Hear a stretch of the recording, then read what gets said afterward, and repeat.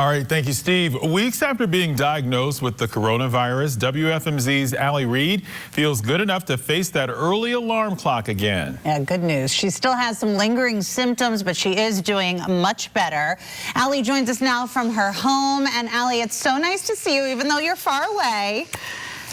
Good morning. Good morning. Yeah, Eve, Hasiel, it's great to be back and with you guys. And I heard you earlier that you haven't watched Tiger King yet, and I'm disappointed in all of you because, trust me, I've gotten enough binging on Netflix to last us years.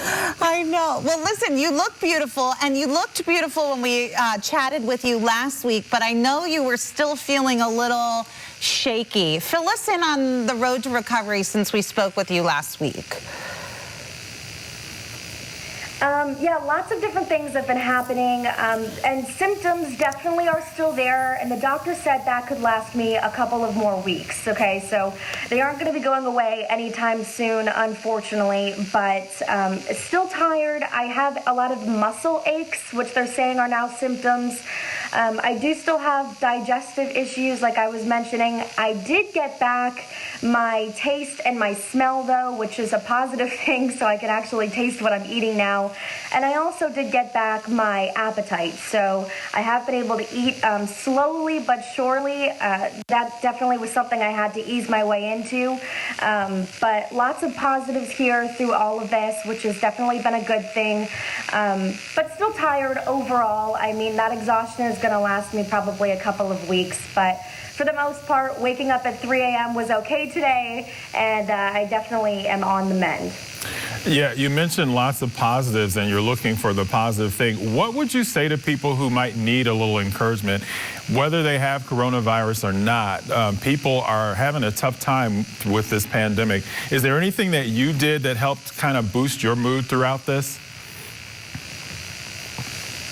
Well, Hasiel, listen, it's definitely been a roller coaster of emotions the last 2 weeks. Many of you follow me on Facebook, and you might have seen that my grandfather passed away of coronavirus this past Sunday, and that was very hard for my family. And on top of that, my grandma is now struggling, fighting for her life in the hospital. My dad was in the hospital up until a few days ago. Luckily, my dad has gotten out of the hospital, so he is on the mend. But it has gone like this, up and down over the last 2 weeks. But anyone who's going through this, you know, you see the negative news online, or if you're watching now, you know what, we have to report everything. There's going to be negative news. There's going to be positive news. But here's a positive story for you, right? You know, here's someone, me, that has gone through coronavirus and is coming out on the positive side of things. So you might see these things online, but you have to remind yourself that there are people out there that are getting better, that are fighting through this. And as sad as it is, I mean, gosh, it makes me so depressed talking about my grandfather, unfortunately, but these are the things that you're dealt with, and you have to just fight through them, and we'll come out stronger because of it. So we just got to keep fighting through and remind ourselves that this is only going to last us, hopefully, just a little while longer. And Allie, what do you say to folks who might not be taking this stay-at-home mandate seriously, or they think, hey, it's Easter weekend, you know, maybe we can get together just real quick with our family?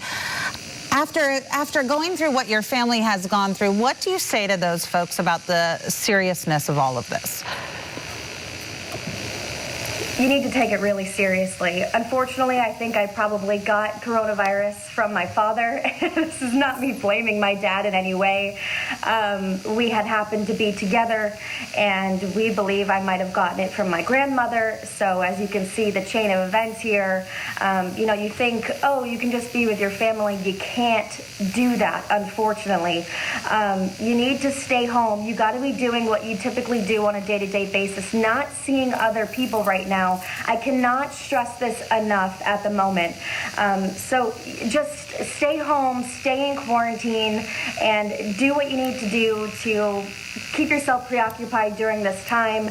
I know you want to go out and see other people, but you really cannot be doing that right now if you don't want coronavirus. And trust me, I can tell you firsthand, you do not want this virus.